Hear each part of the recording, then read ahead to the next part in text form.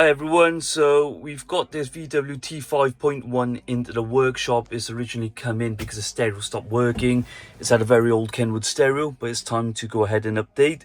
So what we've done, we've gone for the Kenwood 8021, which is their flagship doubled-in stereo.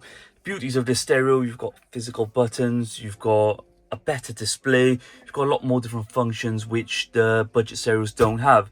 Comes with a fascia and fitting kit, so it all matches up with the plastic. Now the beauties of this stereo are, you've got the Kenwood side, so you've got your basic settings, so things like radio, wireless mirroring, you've got a HDMI input, you've got normal FM radio, and you've got your DAB, but the main feature is Apple CarPlay. So all the modern features a modern day vehicle has. You can connect your phone, it can be connected via wireless or wired connection.